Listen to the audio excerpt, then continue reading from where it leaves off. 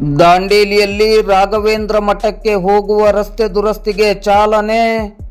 ದಾಂಡೇಲಿ ನಗರದ ಜೆಎನ್ ರಸ್ತೆಯಿಂದ ಶ್ರೀ ರಾಘವೇಂದ್ರ ಮಠಕ್ಕೆ ಹೋಗುವ ರಸ್ತೆ ಹೊಂಡ ಗುಂಡಿಗಳಿಂದ ಕೂಡಿ ಸುಗಮ ವಾಹನ ಸಂಚಾರಕ್ಕೆ ತೀವ್ರ ಅಡಚಣೆಯಾಗುತ್ತಿತ್ತು.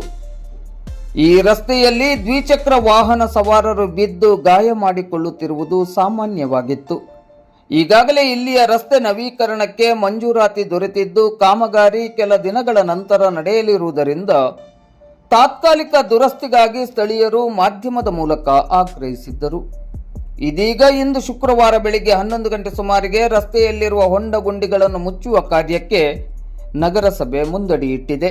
ಈಗಾಗಲೇ ಹೊಂಡ ಮುಚ್ಚುವ ಕಾರ್ಯ ಪ್ರಗತಿಯಲ್ಲಿದ್ದು ಇನ್ನು ಒಂದೆರಡು ದಿನಗಳೊಳಗೆ ರಾಘವೇಂದ್ರ ಮಠಕ್ಕೆ ಹೋಗುವ ರಸ್ತೆ ಸೇರಿದಂತೆ ಸುತ್ತಮುತ್ತಲ ರಸ್ತೆಗಳಲ್ಲಿರುವ ಹೊಂಡಗಳನ್ನು ಮುಚ್ಚುವ ತಾತ್ಕಾಲಿಕ ದುರಸ್ತಿ ಕಾರ್ಯ ಮಾಡಲು ನಗರಸಭೆಯ ಪೌರಾಯುಕ್ತರಾದ ವಿವೇಕ್ ಬನ್ನೆ ಅವರು ಸಂಬಂಧಿಸಿದ ಅಧಿಕಾರಿಗಳಿಗೆ ಸೂಕ್ತ ನಿರ್ದೇಶನವನ್ನು ನೀಡಿದ್ದಾರೆ.